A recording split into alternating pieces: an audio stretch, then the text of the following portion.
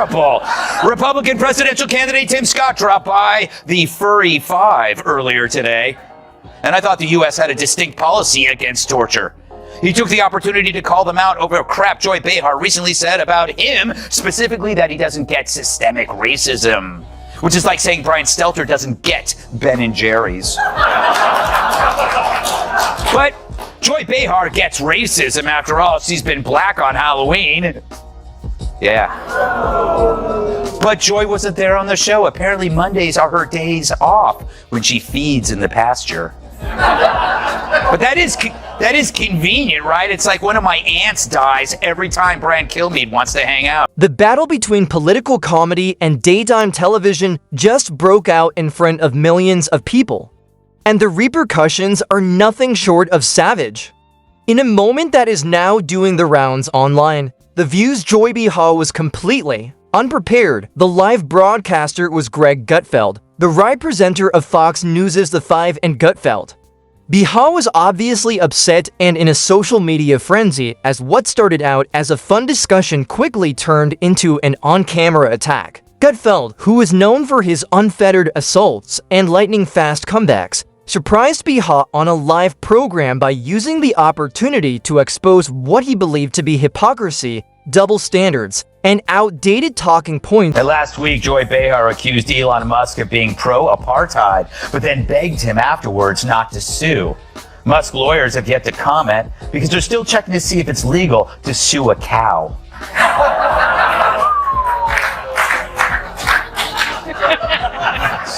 Shots fired. Just a legal question. I don't know why it's so upsetting. I don't make the rules in this country.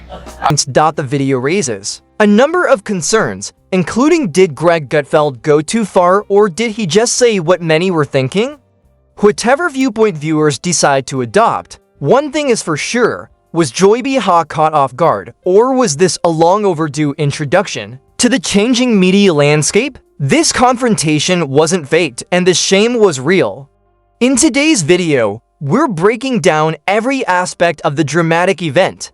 What was said, why did it hit so hard, and what is the overall reaction of spectators and insiders? Watch as we look at every aspect of this dramatic media clash that left Joy Behar stunned and Greg Gutfeld trending all over the world. Seriously, her denial of knowing me is as believable as her red hair. But obsession? I mean, come on, Joy. Where would you even get that idea? Like Joy Behar's face, it's looking worse and worse by the day. More full of crap than Joy Behar after a night of scotch and Taco Bell. Her being named Joy is like me being named ugly. Joy wasn't there on the show. Apparently Mondays are her days off when she feeds in the pasture. It now smells like a humid day inside Joy Behar's moo-moo. And the motives stink worse than Joy Behar's jog bra. I mean, assuming she jogs. Oh wait, there she is.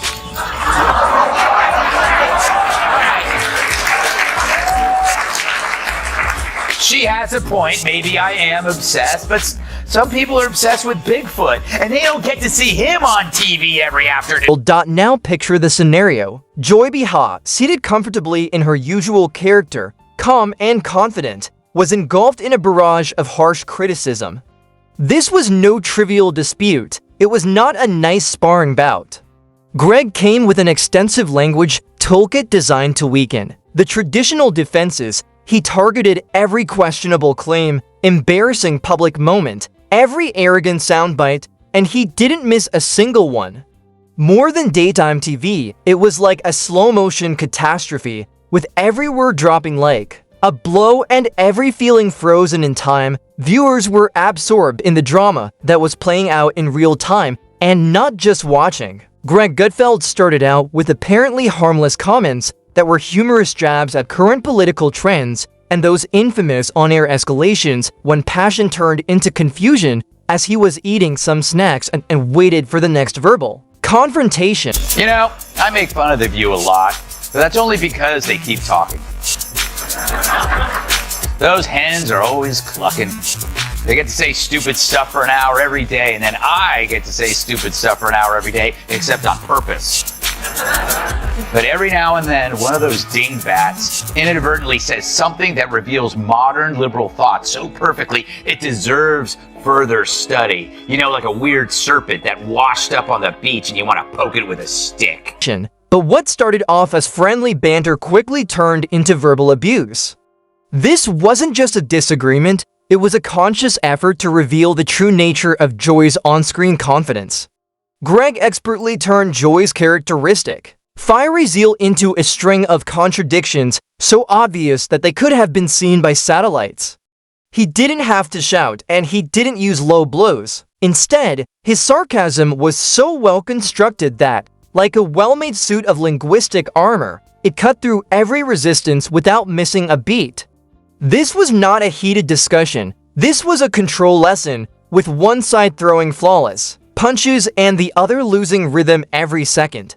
While Joy's confidence faltered like a spotlight going out in the middle of a performance, Greg continued to throw punch after punch without ever losing his composure. Then came the infamous moment, when the humor, rather than just poking fun, went absolutely radioactive. No dramatic music, no suspenseful pauses, just a frightful quiet, as if the street were about to be leveled by a storm. Their brains are small. But who's the dumbest one of all? True, none of them are in Mensa, but who's the most densa? Perhaps it's Sonny who mastered the art of making idiots look smart.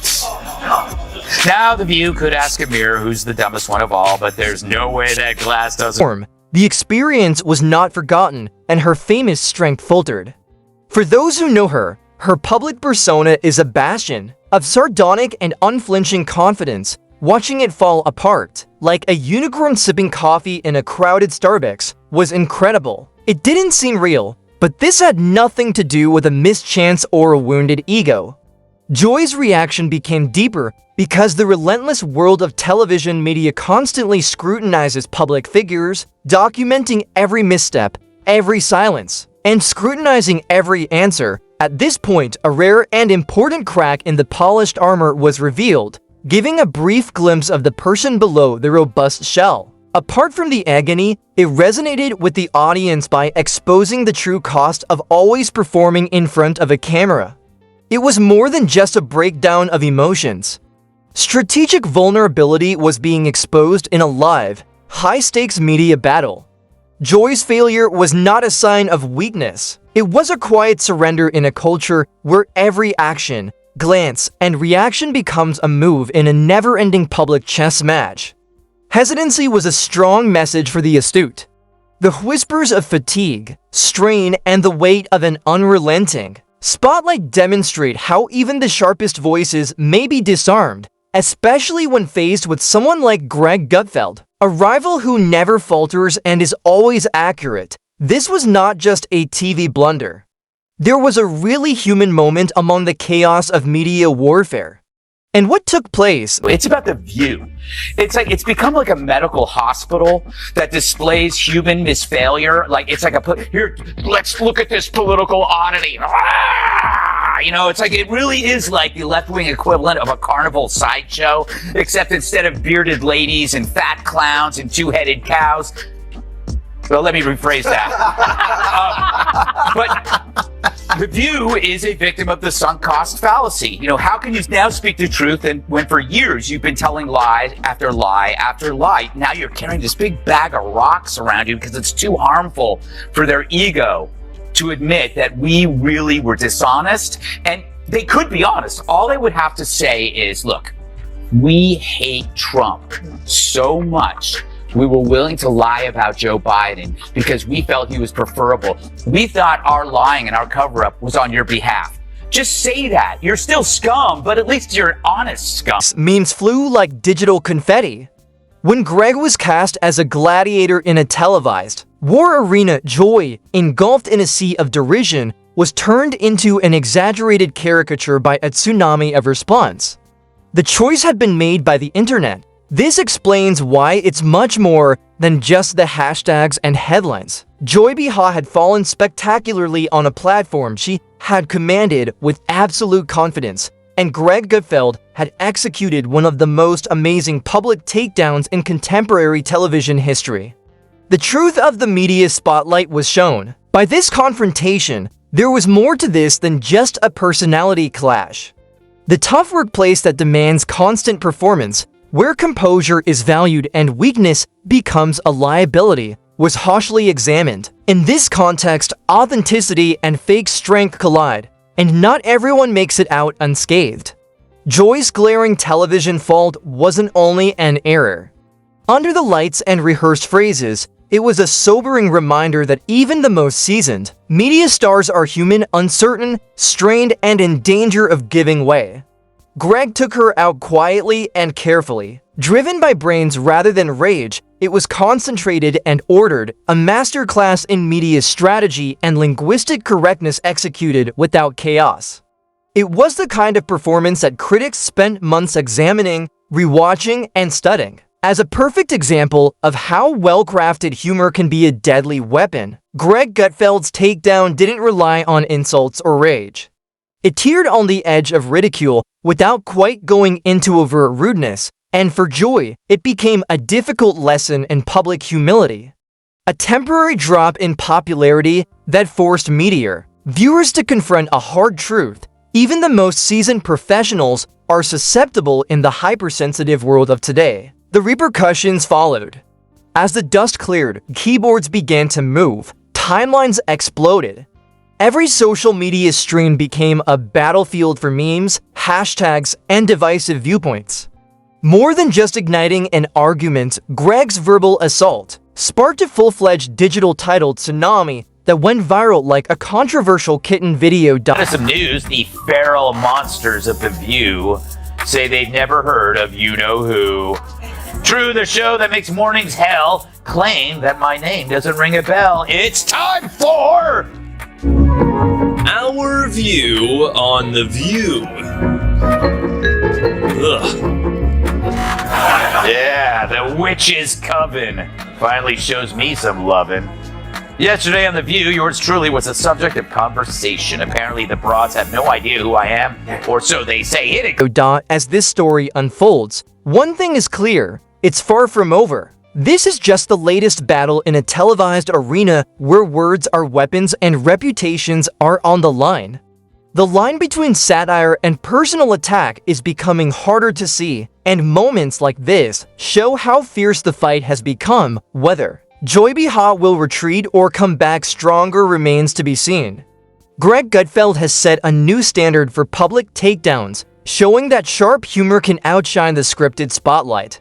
Even though the cameras have stopped, the audience is still watching. If you found this breakdown valuable, please like, subscribe, and turn on notifications to catch the next chapter in this media saga.